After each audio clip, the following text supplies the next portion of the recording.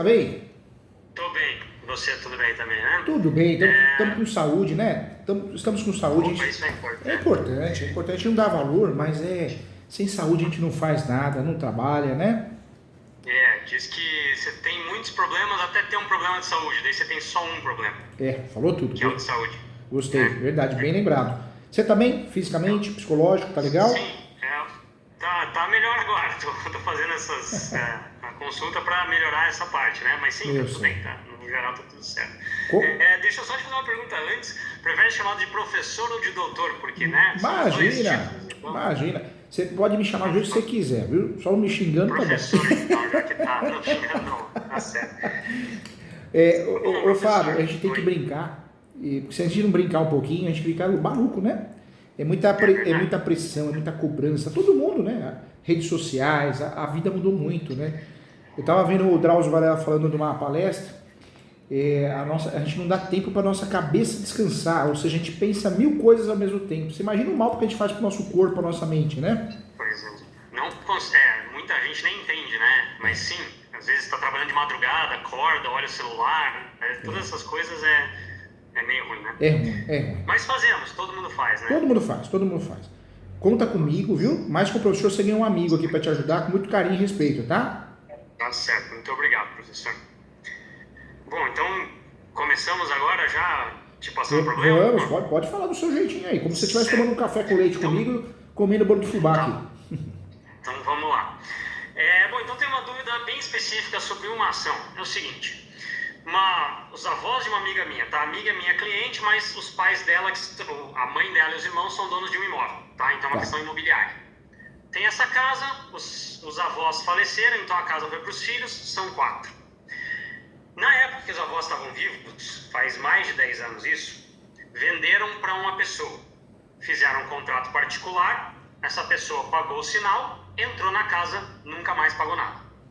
Certo? Fez o chamado contrato de gaveta, né? Que é o que todo mundo faz, né? Contrato de gaveta, todo mundo faz. O cara pagou os 10%, nunca mais pagou nada, ficou morando lá para sempre. Tá? Aí, porque os avós da minha amiga morreram, a mãe dela pediu para ela cuidar, ela veio falar comigo, tá? Que não sou especialista em direito imobiliário.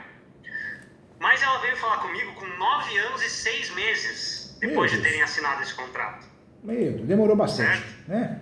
Demorou. Então eu tive que fazer um negócio ali meio, né? Consegui entrar com a ação antes dos 10 anos, tá? Porque eu achei que isso era importante. Então sim, eu entrei com a ação antes de dar 10 anos da assinatura do contrato. Deu 9 anos e 11 meses. Tá? Mas a questão é a seguinte, até assisti várias aulas do senhor, professor, no YouTube, eu acompanho o teu trabalho ali, né? Que Então, legal. muitas coisas eu aprendi por ali, tá? E a hora que você tiver um Mas tempinho, ali... entra no portal ESO. Oi. A hora que você tiver um tempinho, você digita lá, portal ESU. Tem vários cursos gratuitos, Aqui, meus, de outros professores também, de outras áreas também, mas é fantástico, é baratinho. O preço é bom e muita coisa gratuita e vale a pena. Portal ESO, digita www.portaleso.com.br. A minha pós de Direito Imobiliário, numa instituição, custa 15 mil, lá custa 1.000. Esse projeto na época, eu achei até que outras faculdades iam me cortar na coordenação, mas eles entenderam, graças a Deus. A não ser aquelas faculdades mais mercenárias, né? Que aí eles acharam que... Porque tem público para todo lado, né? Mas foi fantástico o projeto. Não, é bom, eu acho muito bom o online, ele possibilita as pessoas que não têm dinheiro a fazer esse curso tão bom. E com certeza com você ao vivo é muito melhor, né? E vale mais, mas quem não pode pagar, ou quem não pode ir até aí, o online é muito interessante. E o legal do online... Eu sou de Curitiba, por exemplo. Então, e o legal do online é que você estuda no seu tempo, a hora que você quer, você tira as dúvidas. Essa pós-graduação tem plantão de dúvida uma vez por mês. Então, uma vez por mês a gente vai se ver ao vivo. Então, a gente consegue tratar de casos práticos, outros colegas também. É muito legal. Entra lá que você vai ver, que legal. Vou entrar. Tá, o ESO tem aqui a logo no canto aqui da tela. Tem. Então dá pra ver o que é o ESO. Tá bom, então, voltando. Então, fez o contrato de gaveta, pagou, entrou, nunca mais pagou nada, conseguiu entrar com a ação. Mas aí é o seguinte, a primeira pergunta que eu tenho para você, professor, a posse é justa ou é injusta? Tá. Na verdade, como qualquer coisa no direito, tem várias teorias, né? Sim, claro, tem várias decisões. Estou perguntando... Mas agora a gente pensando o que está pacificado e pensando com base na doutrina, na minha e outras também. Eu sei que é difícil, né? as pessoas engolirem isso, mas é uma realidade. Nós temos no Brasil 36 espécies de usucapião. Olha que coisa louca.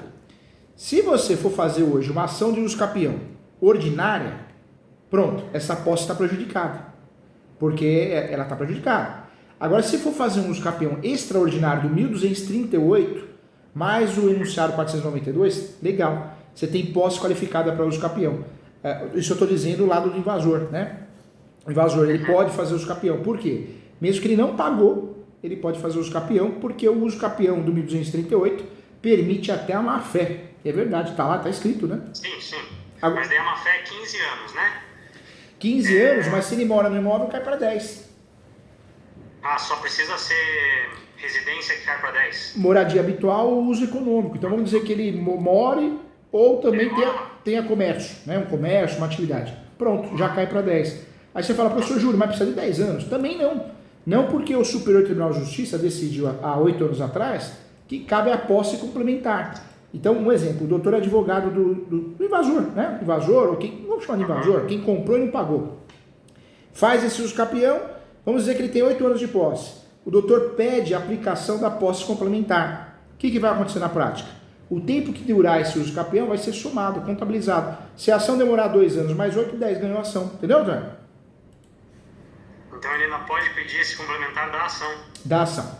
Pode, tá todo mundo pedindo, tá todo mundo levando.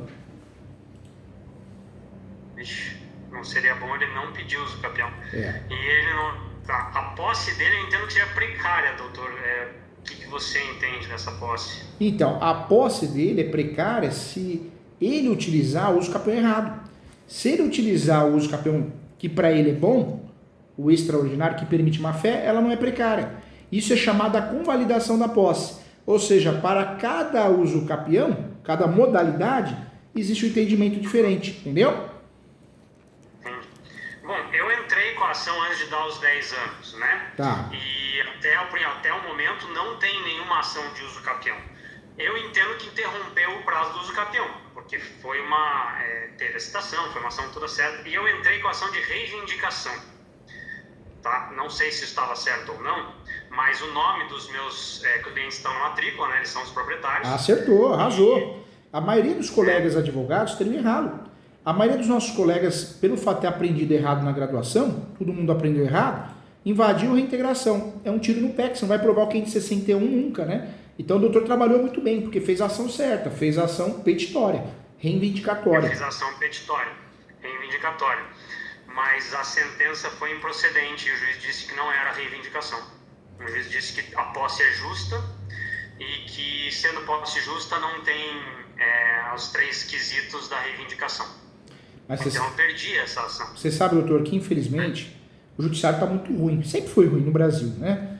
E atualmente está mais ruim ainda, porque a maioria dos juízes estão largando com os assessores para julgar, né? Sempre ocorreu isso, mas hoje nem casos complexos, casos interessantes eles querem mais julgar. E eu falo isso com muita propriedade, porque eu dou aula, o único advogado que dá aula no curso da magistratura, no curso famoso que você conhece, sou eu, porque eles gostam da aula, eu brinco muito, né? Mas eu tenho muita amizade. E normalmente quando toma uma cervejinha, o juiz, juíza, é ser humano, ele se abre, né? Ah, professor Júlio, eu não julgo mais, faz 10 anos que eu não julgo mais. E alguns até contam, professor Júlio. Professor Júlio, tem um juiz que dá aula comigo, ele é muito legal, mas a gente não concorda com a postura, vai fazer o quê? A amizade é a mesma. Sim. Ele falou para mim, não julga mais há 8 anos. Ele falou que não julga. Ele falou que nem acha mais os modelos dele, porque é tudo os assessores. Eu falei, mas você faz o quê então? O assessor faz, ele só assina, né? Ele falou, só faço audiência, e por enquanto, hein? Porque se tiver uma brecha, eu não faço mais. Falou na minha cara.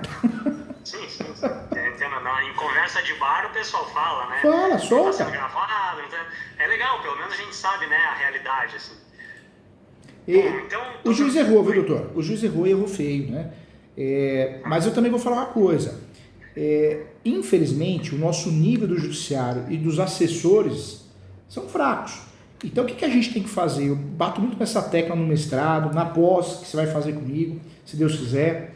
Eu bato muito nisso, que a gente precisa se armar. Quando você faz uma ação petitória, abre em caixa alta um tópico, fala, juiz, por favor, não é ação possessória, é uma petitória.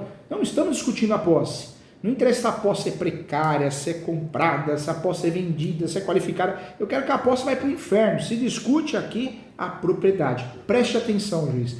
E eu oriento hoje em dia, né, depende da cidade, até despachar com o juiz, sabe? Juiz, juíza. Porque a primeira coisa que o juiz ou juíza faz, ou o assessor ou assessora faz, quando não gosta da matéria ou não conhece a matéria, é você fazer uma reivindicatória e eles marcarem uma audiência justificativa.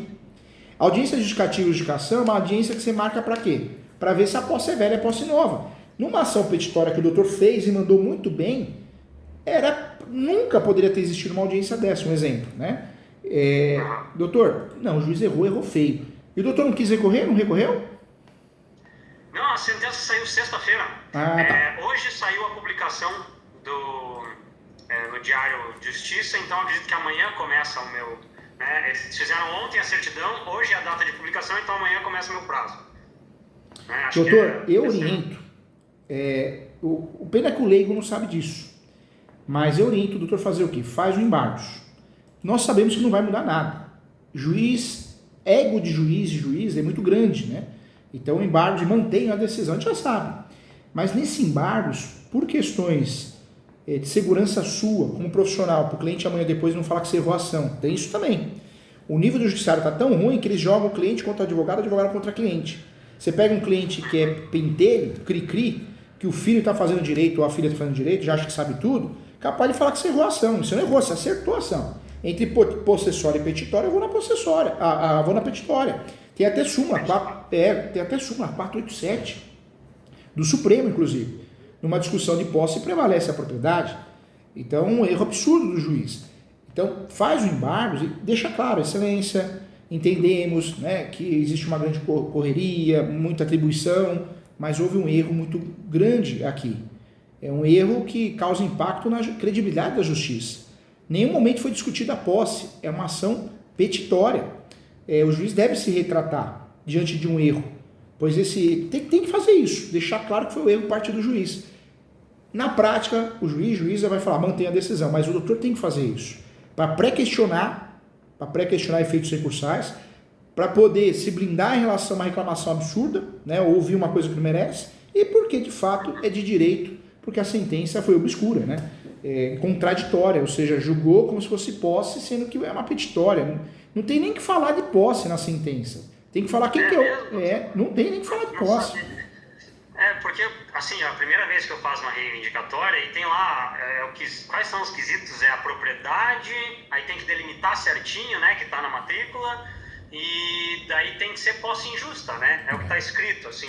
Não, na verdade, um juíza, numa decisão de uma ação petitória, ele não tem nem que entrar em mérito de posse. Ele tem que falar quem que é o dono. Conforme a matrícula faz prova que é dono. Acabou, é cara crachá. É isso, exatamente isso. Assim como acontece numa ação de arbitramento de aluguel, uma alienação judicial, né? O juiz olha, você é coproprietário, você tem direito a receber aluguel proporcional. E a mesma coisa aí. Existe também. O que poderia acontecer, um juiz, talvez fora da casinha, aplicar uma prescrição, né? Que não é o caso porque foi de 9 anos, mas tem juízes que aplicam uma prescrição de 10. Só que o Superior Tribunal de Justiça e os tribunais reformam normalmente porque não tem prescrição, discussão de direito de propriedade. Então poderia ir numa linha dessa, errada. Agora o julgamento foi totalmente equivocado. Que absurdo, né, doutor? Pelo amor de Deus, né? E é bem ruim, né? Porque não tem justiça gratuita, foi condenado em 50 mil de honorários, né? Então é bastante dinheiro. E aí você vê, tem a questão dos honorários, tem a questão do cliente, né? O cliente, às vezes, ele ocorre um desgaste na relação, porque ele acha que ele fez a ação errada. E, doutor, vai ser difícil. Pior de tudo, a nossa classe não é unida. Né? Eu atendo, graças a Deus, a vida é um imã, eu atraio gente boa, gente longe fica bem longe mesmo, vai com Deus. Mas, normalmente, os mentorados, os alunos são do bem, são o mesmo time. Então, a gente se ajuda. Mas a nossa classe é cruel. Pega um advogado sem vergonha ou uma advogada, vai falar, não, veja bem, errou, em trocação errada. Não é que em trocação errada, é em trocação certa. Mas esse advogado ou advogada, talvez tentando captar o cliente, ele inventa uma história dessa. E tem gente ruim. Né? Sabe o que vai fazer, né? Tá. Bom, eu tenho algumas outras perguntas. Depois disso, eu acumulei com